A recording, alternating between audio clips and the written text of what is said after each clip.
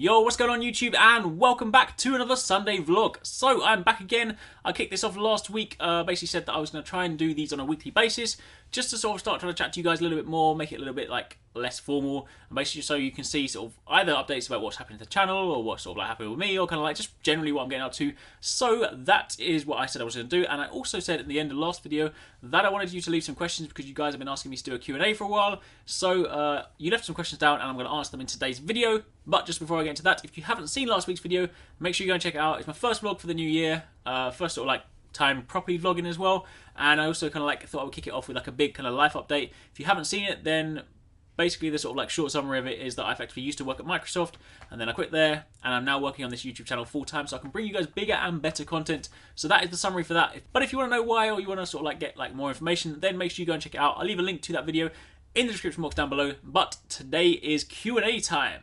And just before I get into the questions, just want to say a massive thank you to you guys again. Like last week in the vlog, obviously I asked you to put your questions down below, but among all the questions there was just like loads of really good support as well. So many of you guys just saying, you know, that you're really glad I'm doing YouTube full time, you really like my content, you know, you really enjoy watching it, you know, you wish me the best of luck, all that kind of stuff like that. I genuinely cannot thank you enough. Like, the support is amazing. You guys already support me by watching, liking, commenting, sharing my videos, all that good stuff. But just to hear all those nice comments and stuff like that, it really is nice. It's really good to kind of like know that I'm making the right choice. You know, doing YouTube full time, it's something you guys want to sort of see me do. So I am really grateful to you guys. So hopefully I don't let you down. But let's get on to the questions. So first up, Zachary Ryan on Twitter said, what was your favourite childhood video game? So, I'm actually going to answer this with two games. I know that's technically cheating, but you'll see why in a second. So first up, back on the Sega Master System, there was a game that came pre-installed which was called Arekkz in Miracle World.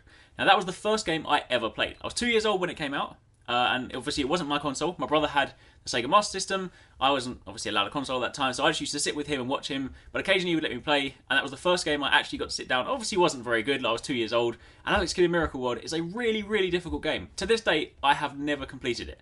I got an emulator like a couple of years back, and it had a save point in it, because the thing about Arekkz in Miracle World is you can't save. Like these old school games, if you die, say, you know, three quarters of the way through the game, you got to start again. So the emulator had save points, and I was playing through it, and I was like, technically I can save, but it doesn't feel right, so I didn't do it. So I carried on playing through, and it's still so hard. Like games these days, I can just like, you know, generally I can blitz through. I mean, obviously things like Destiny, like the raids, do obviously provide like a nice challenge, but for the most part, you know, nothing really gets in the way. But those games, they are so difficult. So yes, Arekkz in Miracle World, Sega Master System, pre-installed, that was my very first game. So that is one of my favourite childhood games. However, the proper answer to the question is technically going to be The Legend of Zelda Ocarina of Time. That is my favourite game of all time. Also played it when I was quite young, and when I first played it, I was actually too scared to play through the Shadow Temple, because I hated the Shadow Hands and I hated the zombies, so I had to get my brother to complete that temple for me. But I have since gone back and completed that game so many times. I've actually lost count how many times I completed that game. But yeah, that game, I love it so much. Like, I love the whole Zelda series. I've played almost all the Zelda games. I kind of don't count the ones on the Philips CDI, but yeah, I've played all of them. Love the series. Ocarina of Time is still to date like one of my favourites. I think the only one that's sort of come close to beating it recently is Skyward Sword for me. But yeah, Ocarina of Time, I just love that game.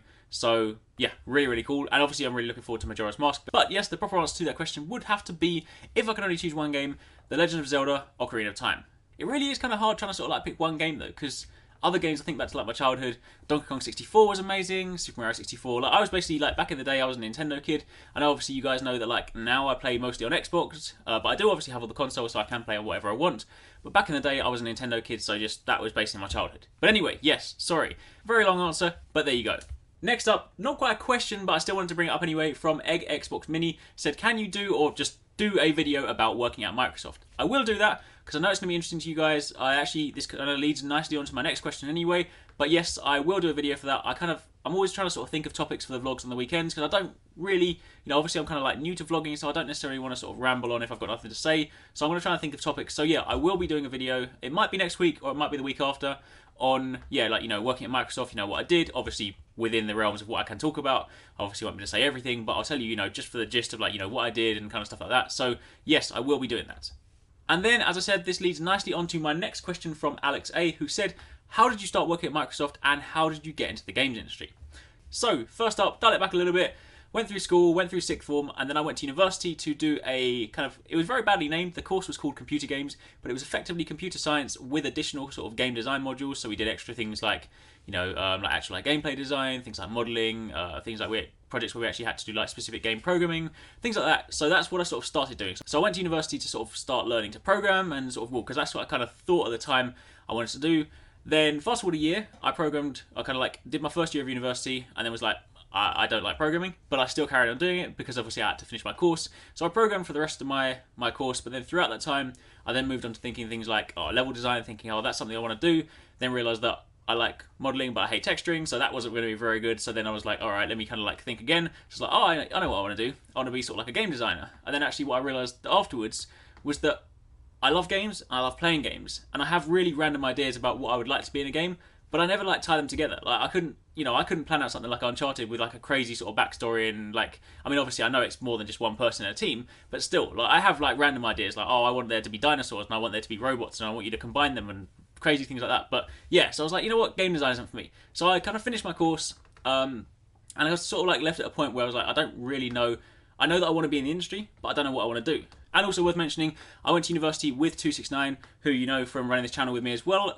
So we both did the same course together, we both worked through the course together, and we both got to, we finished our course, and then we were kind of like, right, we need to start applying. So we started applying for jobs that, we thought we might want to do, maybe like junior programming jobs, well, more so him than I, but, like programming jobs, things like that. And then, as you may know, if you've tried to sort of get into the gaming industry, you know that a lot of the time they'll kind of get back and they'll be like, right, in order to have this job, you need to have experience, which is a nasty catch-22. You can't have experience if you don't have a job, but then you can't get a job if you don't have experience. So it's really annoying. So then 269 was like, you know what we should do? We should go into game testing just for like a year, just to get some experience so we can say we've been in the games industry, and then from there we can work out where to go. So again, we started applying for like testing jobs, same sort of gig, didn't really hear back for a while. And then it got kind of fed up, like it was probably about sort of 4 or 5 months. And then we applied for a job at Microsoft, a job that neither of us were qualified for, but we both actually finally got a response just saying, sorry, no. And then shortly after, kind of followed up where 269 got like a job interview for like a testing job. And then shortly after he got the job, they were hiring and he then brought me in and then we started working at Microsoft.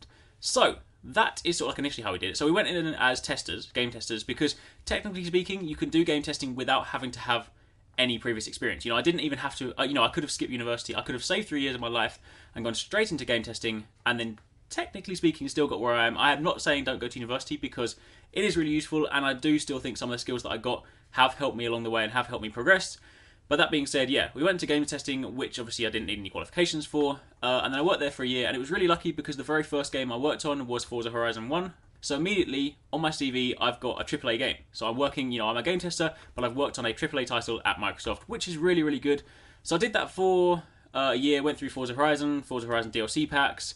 Also, we touched on things like Gears of War Judgment, played Halo 4 beta while it was running up there as well. Loads of other games, things like that, but I did that for 18 months. And then fast forward to when Xbox One was being built, and then Upload was being built, there came a point where they were sort of trying to like build like a community beforehand. So because at that time I was making YouTube videos, they were sort of like asking for people to send in like a show reel. So I put together a couple of videos, sent them their way. Long story short, they liked the videos that I made, and then brought me in. We made some pilots, and then fast forward a few more months, and then I was working at Upload, and then the rest, as I say, history. Did that for another year, and then obviously, as you know, as of like last week, I then finished, and now I'm doing YouTube. So that is an extremely long answer. Really, really sorry.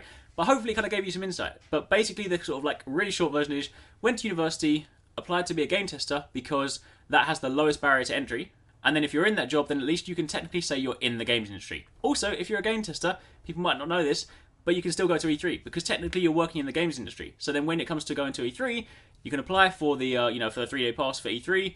And because you are, a member of the industry, even if you're just a tester, you are still considered, a games industry employee, and therefore you qualify for an E3 pass. So for those of you that really want to go to E3, that's something else to bear in mind. But anyway, yes, tester, low barrier to entry, easier to get into, and then obviously from there, then just sort of like, worked really hard, worked my way up, from when I started as a junior tester, I then worked my way up to a senior tester, and then obviously producer, upload, and things like that. So yeah, that is kind of like my backstory. Hopefully you found that helpful. Hopefully that answers your question. I know, Alex, you said that you want us to be like a designer / programmer, but yeah, so just sort of use this as like potentially a stepping point because it does help if you know people in the industry, because it tends to be more so, who you know as opposed to what you know.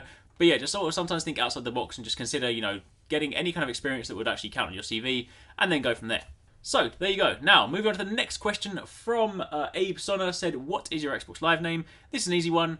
Arekkz. A-R-E-K-K-Z. That is not only the name for me on Xbox Live, it's also my PSN, it's also my Steam ID, that's me on Wii U, basically anywhere where there's like social media, Arekkz is me. So Twitter, Facebook, yeah, anything like that. So yeah, my Xbox Live gamer tag is Arekkz, so add me up, and yeah. Next question from Samuel Smith. Don't know whether it's actually really a question, more so just like, really? But anyway, he was like, are you really 24? Yes, I am really 24. I know I seem to have no hair. For some reason, I think like all the kind of... I used to have long hair, believe it or not. But used to like style it and gel it and stuff, and I think I probably just killed my hair. So yeah, I have no hair, but I am, believe it or not, 24. I'm 25 in March, so I am a quarter of a century nearly. Anyway, yes. Ryan Miller asked, do you like Pokemon? Yes, very much so. I've played every single one of them. Pokemon's just like in my veins, in my blood. In fact, my 3DS is somewhere here, and I'm currently playing the new Pokemon, Omega Ruby.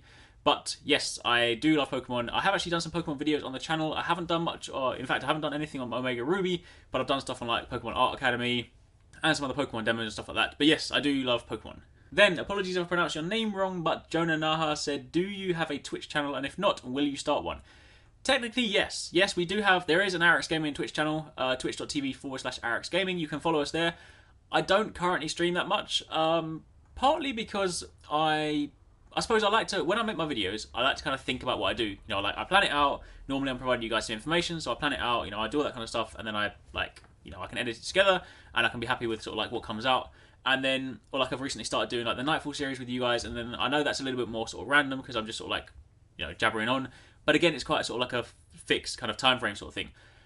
But Twitch streaming is a weird one to me, because I often find that when I start playing games, I get really, really immersed. And then like I sort of focus so hard on what I'm doing that I forget I'm streaming. So I often find that like I've done it a couple of times in the past, and then I realise that after about sort of 10-15 minutes, I haven't actually said anything. I'm basically just playing the game, and you guys just watching me, and I invariably end up starting leaning forward, and you know I just not even looking at the camera.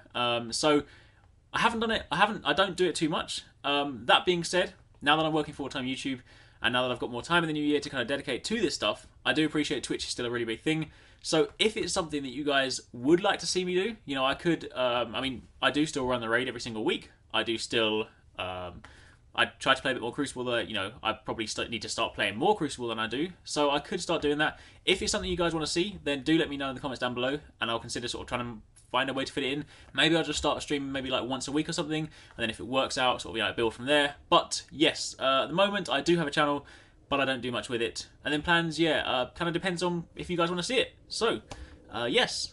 Next up, question from Jommy Games said, could you make a clan for Destiny? I already have one. If you go on bungie.net and you search for, you guessed it, Arekkz Gaming, you'll find there's a clan there. I have no entry requirements for it. You can just add it and you can join straight away. And that way you can then sort of, you know, add it on your gamer tag and add it on your clan tag, and you can be representing Arekkz Gaming in Destiny. So yes, it's already there. I'll leave a link to the clan in the description box down below. Question from Chief Hutch said, do you live in the UK or in the US? I live in the UK. I live just a little bit out of London, and I have lived here all my life. I've been to the US a couple of times, and it's a really cool place. I do want to sort of like go there a bit more, but the UK is where I want to stay, and yes, that is... I do realise I could have just answered that question by saying the UK, but hey, I'm going to talk a little bit more, so yeah. Question from Poison Rain said, what are your plans for Crotazen Hard Raid in terms of playing with and helping people? So, first up, Crotazen Hard Raid is hard. It's annoying. Oh wait, yeah, no, actually, wait, let me dial it back. The first part isn't too bad. In fact, the first part's fine. The first part in the Abyss, especially if you're a hunter, you go invisible, you walk through, job done. The bridge, again, it's actually really not that bad. You know, I've been doing it legit since day one. You know, I don't even need to sort of cheese it. It's just, as long as you work together as a team, you can cross the bridge, no problem. And in fact, you don't even need to get everyone across the bridge. So long as you have, like, I think it's 3 people on the other side, you can actually even just kill the rest of them, they're members of your team, and then you guys can just sit on that side and just kill everything, and then you don't have to worry about anything on the other side of the bridge. But either way, you can work together as a team. It's really easy to get people across. So the bridge is easy, the corridor is easy, and actually the witch isn't a problem anymore. Like, as long as you coordinate again, that's fine. Crota is a bit of a pain. See, Crota is, technically speaking, he's easy, because all you really need to do is get to the right point.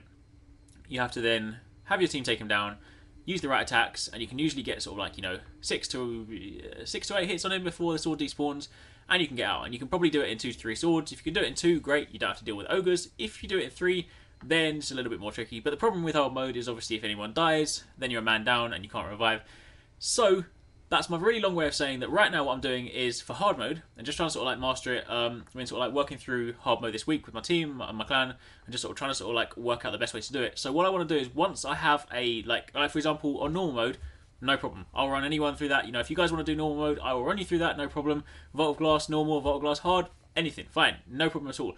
Just trying to make sure I've got like a solid strategy for Crotos in hard mode because it can get a bit chaotic. But once I've got that locked down, then yes, I will be helping you guys out. Again, you know, like just like I've started doing with the Nightfalls where I can play with you guys, I will start expanding that to raids very soon. So answer to your question, again, sorry, going a really long way around it, but answer to your question is I will help you guys. I just need sort of like another like a week or so to like get my tactics down, and then once I'm comfortable with it, then I'll start trying to do that where possible. Then lastly, a question from Caboose1108V2. He said, are you a dog or a cat person? Because he noticed in my video, in fact, I don't know if you can see it from, yeah, you can in there. Sorry, I'm trying to look at my screen. He noticed a scratching post in my last video, and yes, that is for my cat. My cat's called Titan. He's black and white. I've had him since he was 3 months old. I got him at the beginning of last year, January the 1st. In fact, let me just quickly switch over and I'll try and find him. I think he's outside at the moment. Here you go. This is Titan. Oh, whoa. Ah, he's trying to jump off me, but hold on.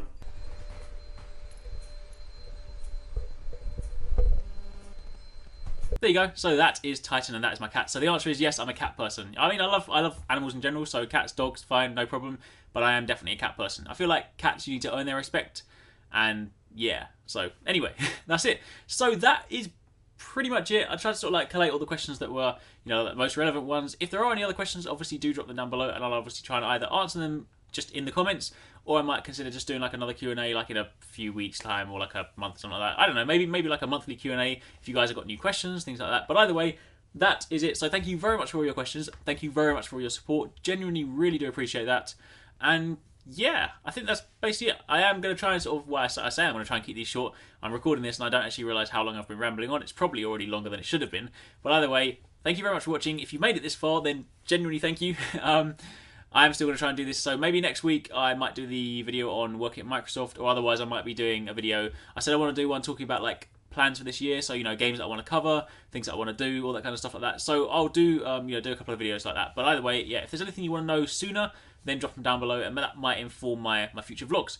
But that is it. So thank you very much for watching. Hopefully you enjoyed this. Hopefully it wasn't too rambly. Hopefully it answered your questions, and if it did, you know what it is, thumbs up button down there, the like button, don't forget to hit that, it does really help me out. And obviously don't forget to subscribe if you're not already for daily gaming videos and much more just general stuff. So yeah, thank you, and I will catch you later. Peace out.